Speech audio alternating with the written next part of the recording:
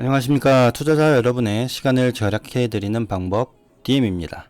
보시면 패디의 기준금리 동결 기대감 부각이라고 되어 있고, 그래서 뭐가 오르고 있죠? 그래서 패디의 기준금리 동결 기대감 부각 등이 증시에 호재로 작용을 하면서 반도체의 상승을 견인하고 있죠. 자, 그런데 이 이야기는 우리 이미 한 달하고도 반개월 전에, 정확히 따지면 4월 안 중순? 4월 중순이면 벌써 2달이 됐네요. 2달 전부터 이야기를 했습니다. 금리 동결 기조가 생기면 반도체가 올라갈 것이다. 그리고 반도체와 더불어서 메타버스, 바이오, 게임 이런 것들이 수혜를 입을 수 있다.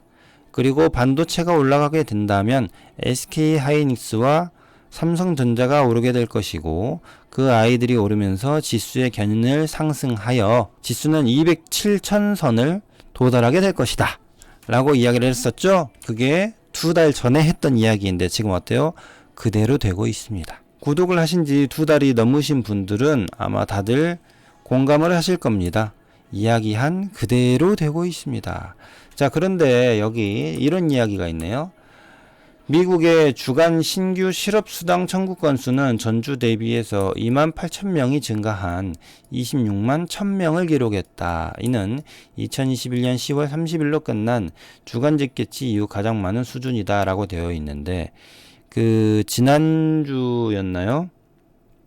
일론 머스크가 트위터를 인수를 했잖아요. 그러면서 트위터 인수를 하며 트위터에 있던 직원의 80%를 해고를 한 걸로 제가 기억을 하고 있습니다. 그래서 이 부분에 대해서 일론 머스크도 그때 내가 너무 섣부른 판단을 내렸었다 라는 이야기를 한 게 있거든요. 그런데 제 생각에는 일론 머스크가 내가 과거 했던 그 해고에 대한 판단이 섣부른 판단이었다 라고 언론에서는 이야기했지만, 그래도 일론 머스크는 내 생각이 맞아 라고 아마 강하게 생각을 하고 있을 거다라고 보고 있고요.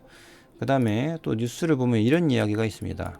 여기 보면 일론 머스크가 향후 12개월간 경기 침체가 올 것이고 많은 기업들이 파산하게 될 것이다 라는 이야기를 했었습니다. 보이시죠?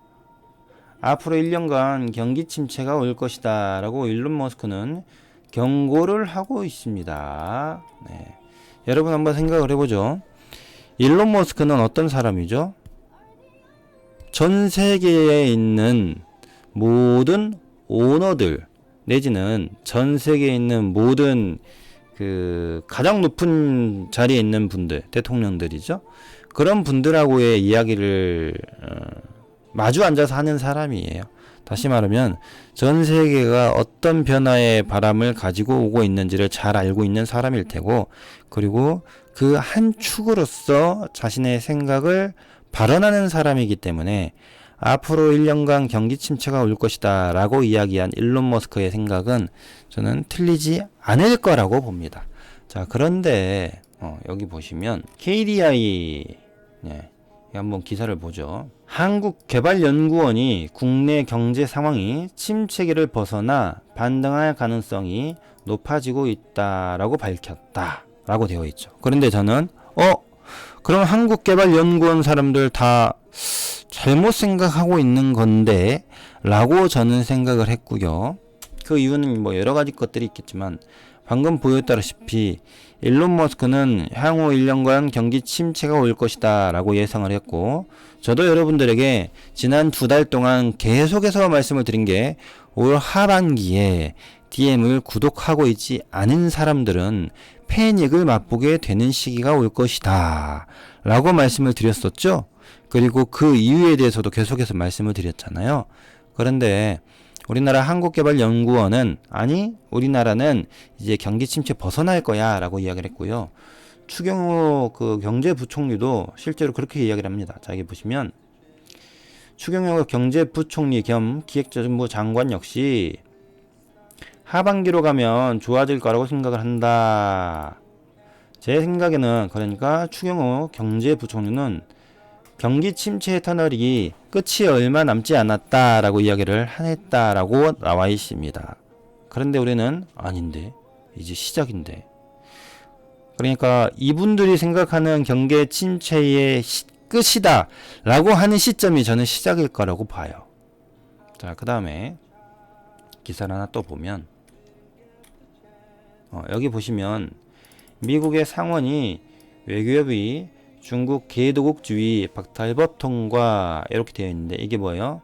중국은 개발도상국의 지위가 있는 나라이고 그래서 여러 가지 세제 혜택 뭐 이런 부분들에 대한 뭡니까?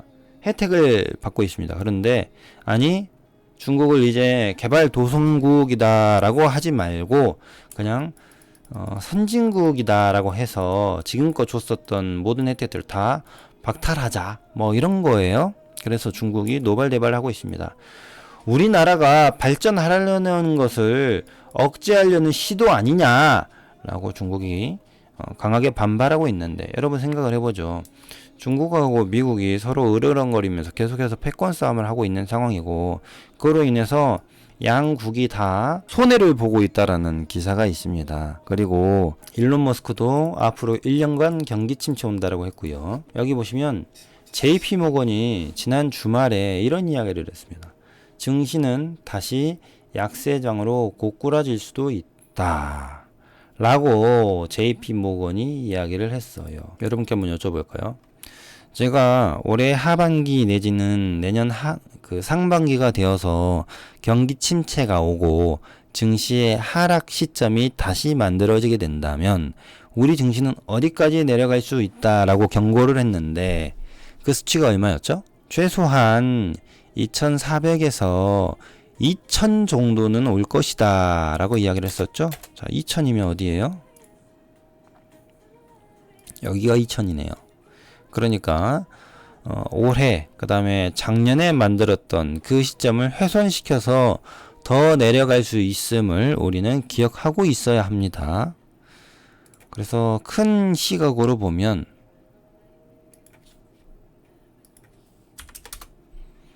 저는 증시가 이렇게 되지 않을까 싶어요.